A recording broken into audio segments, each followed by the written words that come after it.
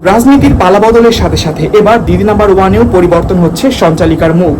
রচনা ব্যানার্জির পরিবর্তে এবার থেকে দিদি নাম্বার ওয়ান সিজন 10-এ দেখা যাবে স্বস্তিকা মুখার্জিকে। কতটুকু পারবেন স্বস্তিকা মুখার্জি তার সিজন 10 সফল করতে, সেই প্রশ্ন ছুড়ে দিলেন এবার রচনা ব্যানার্জি স্বয়ং। একদিকে যখন বিশ্বকাপের উন্মাদনায় কাঁপছে গোটা বিশ্ব, তখন বিনোদন জগতে আরও একটি খবর। জনপ্রিয় রিয়েলিটি শো দিদি নাম্বার ওয়ান থেকে এবার বাদ পড়ছেন রচনা ব্যানার্জি, এবং রচনা ব্যানার্জির পরিবর্তে সেই রিয়েলিটি শো এর সঞ্চালিকার ভূমিকায় এবার থেকে দেখা যাবে স্বস্তিকা মুখার্জিকে। যদিও বা এই রিয়েলিটি শো এর টানা 17 বছরের যাত্রায় বারবার সঞ্চালিকা পরিবর্তন হয়েছে, কিন্তু রচনা ব্যানার্জির মতন সফলতা কেউ দেখাতে পারেননি। দিদি নাম্বার ওয়ান শুরু হয়েছিল পুষ্পিতা মুখার্জির হাত ধরে।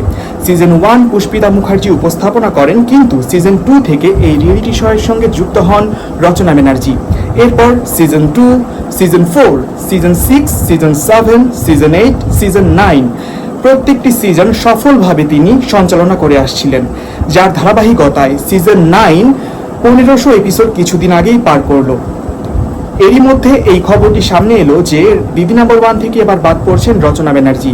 এর আগে আরো বেশ কয়েকবার সঞ্চালিকা পরিবর্তন হয়েছিল, যেমন সিজন 1-এ ছিলেন পুষ্পিতা মুখার্জি, সিজন 3-তে এসেছিলেন জুন মালিয়া এবং সিজন 5-এ দেবশ্রী রয়। কিন্তু এই কটি সিজন বাদে বাদবাকি সকল সিজনগুলো সঞ্চালনা করেছিলেন রচনা ব্যানার্জি, এবং রচনা ব্যানার্জির সঞ্চালনায় প্রত্যেকটি সিজন ছুঁয়েছিল প্রায় 1000 এপিসোড থেকে 1500 এপিসোড পর্যন্ত। কিন্তু রচনা ব্যানার্জির পরিবর্তে যখন অন্যান্য কাউকে দেখা গিয়েছিল, যেমন সিজন 1, সিজন 3, সিজন 5, সেই সিজনগুলো কিন্তু এত সফল হতে পারেনি। রাজনীতির পালাবদলের সাথে সাথে এবার দিদি নাম্বার ওয়ানেও পরিবর্তন হচ্ছে সঞ্চালিকার মুখ। রচনা ব্যানার্জির পরিবর্তে এবার থেকে দিদি নাম্বার ওয়ান সিজন 10-এ দেখা যাবে স্বস্তিকা মুখার্জিকে।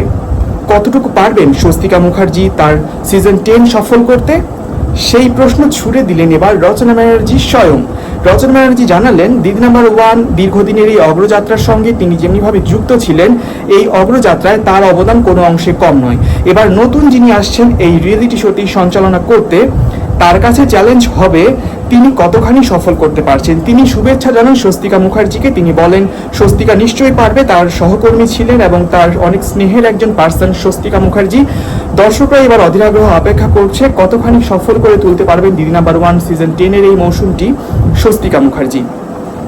আপনাদের মতামত কি? দিদি নাম্বার ওয়ানের সঞ্চালিকা হিসাবে কে সফল? যতবার সঞ্চালিকা পরিবর্তন হয়েছে ততবারই দর্শকদের একটাই দাবি, তারা দিদি নাম্বার ওয়ান হিসেবে শুধুমাত্র রচনা ব্যানার্জিকেই দেখতে চায়। এই বিষয়ে আপনাদের মতামত কি? নতুন সঞ্চালিকা হিসেবে স্বস্তিকা মুখার্জি কতখানি পারবে এই রিয়েলিটি শোটিকে সফল করতে? তার সঙ্গে সঙ্গে এই রিয়েলিটি শো এর স্লট কিন্তু পরিবর্তন হচ্ছে। এতদিন ধরে বিকেলবেলা দেখা যেত, এবার প্রাইম টাইমে মানে ভারতীয় সময় রাত 10:15 এখন থেকে সম্প্রচার হবে দিদি নাম্বার ওয়ান সিজন 10। এই ছিল আজকের ভিডিও। দেখা হবে নেক্সট ভিডিওতে। ভালো থাকবেন সবাই।